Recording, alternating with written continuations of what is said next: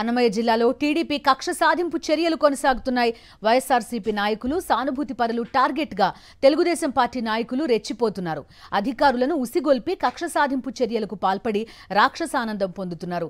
జిల్లాలోని రామాపురం మండలం రాచపల్లి గ్రామంలో జిల్లా పరిషత్ పాఠశాల ఏర్పాటు కోసం 2 ఎకరాల స్థలం ఇచ్చిన దాతల కుటుంబీకులు జీవనోపాధి కోసం అదే పాఠశాల ముందు కిరాణా షాప్ కోసం రేకుల షెడ్లు ఏర్పాటు చేసుకుని వ్యాపారం చేసుకుంటున్నారు. అయితే వారు వైఎస్ఆర్సీపీ సానుభూతి పరులు కావడంతో స్థానిక టీడీపీ నాయకులు కక్ష సాధింపుకు దిగారు. మంత్రి ద్వారా ఒత్తిడి తీసుకొచ్చి రెవెన్యూ అధికారులు పోలీసులను రంగంలోకి దించి ఆ నిర్మాణాలను ధ్వంసం చేయించారు.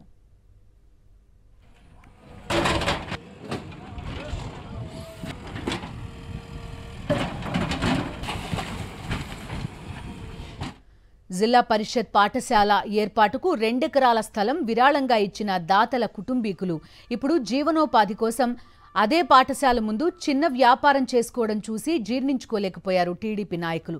ట్రాఫిక్కు ఇబ్బంది వస్తుందని వాటిని జేసీబీలతో కూల్చేశారు. తమ షాపులు ఉన్నది హైవే పైన కాదు, వాహనాల రాకపోకలతో రద్దీగా ఉండే రోడ్డు కూడా కాదని, అయినా కక్ష సాధింపుతోనే కూల్చేశారని బాధితులు తెలిపారు. ఇక్కడ స్కూల్ ప్లేస్ ఇచ్చినాం కదా అని చెప్పేసి ఆ షాప్ దానివల్ల ఇక్కడ ఒక షాప్ పెట్టినాము. దానికోసం ఈరోజు మేము వైసీపీ పార్టీ కోసం పనిచేసినామని చెప్పి టీడీపీ వాళ్ళు ఈ విధంగా మా షాప్ను నాశనం చేసినారు. ఇది ఎక్కడైనా న్యాయం ఉందా? ఈ రోడ్డు మామూలు పల్లెకు వెళ్ళే రోడ్డు. దీంట్లో రోజు 2 ట్రిప్పులు బస్సు మాత్రమే వెళ్తుంది. ఇక్కడ ఎక్కడ ట్రాఫిక్ ఉంది, రోడ్డుకు కూడా అడ్డం లేవు ఈ షాపులేమో. అయినా కూడా రాజకీయ కక్షతోనే ఈ విధంగా చేసినారు. పూర్తి వివరాలు అందిస్తారు మా కరెస్పాండెంట్ శ్రీనివాస్. శ్రీనివాస్, చెప్పండి, వాళ్ళు ఇచ్చినదే స్థలం, అక్కడ కూడా చిన్న కొట్టు పెట్టుకోవడానికి వీల్లేదంటున్నారు. పోనీ వేరే చోట ఏమన్నా వీళ్ళకి స్థలం కేటాయించడం లాంటిది ఏమన్నా జరిగిందా? ఎలాంటి వివరాలు ఉన్నాయి మీ దగ్గర?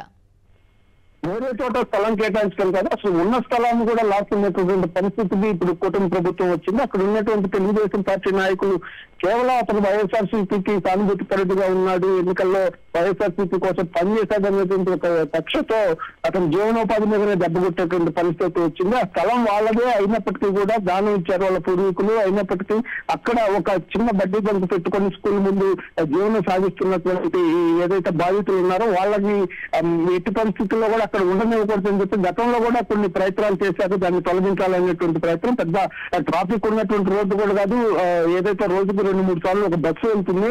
అంతటి చిన్న రోడ్డులో కూడా ఏదో ట్రాఫిక్ ఇబ్బందికరంగా ఉందని చెప్పేసి వాళ్ళు దాన్ని తొలగించేటువంటి పరిస్థితి, అతని జీవనోపాధి మీద దెబ్బ కొట్టేటువంటి పరిస్థితి అయితే స్పష్టంగా వాళ్ళు చేసిన నేపథ్యం అయితే కనిపిస్తుంది. బాధితులు ఆవేదన వ్యక్తం చేస్తున్నాడు. కేవలం వైఎస్ఆర్సీపీకి మద్దతు పలికాలనే ఉద్దేశంతోనే కావాలని ఈ విధంగా చేశారు. తెలుగుదేశం పార్టీకి సంబంధించిన నాయకుల అరాచకాలు తీవ్ర స్థాయిలో పెరిగిపోతున్నటువంటి పరిస్థితి అయితే ఇక్కడ మనం గమనించవచ్చు.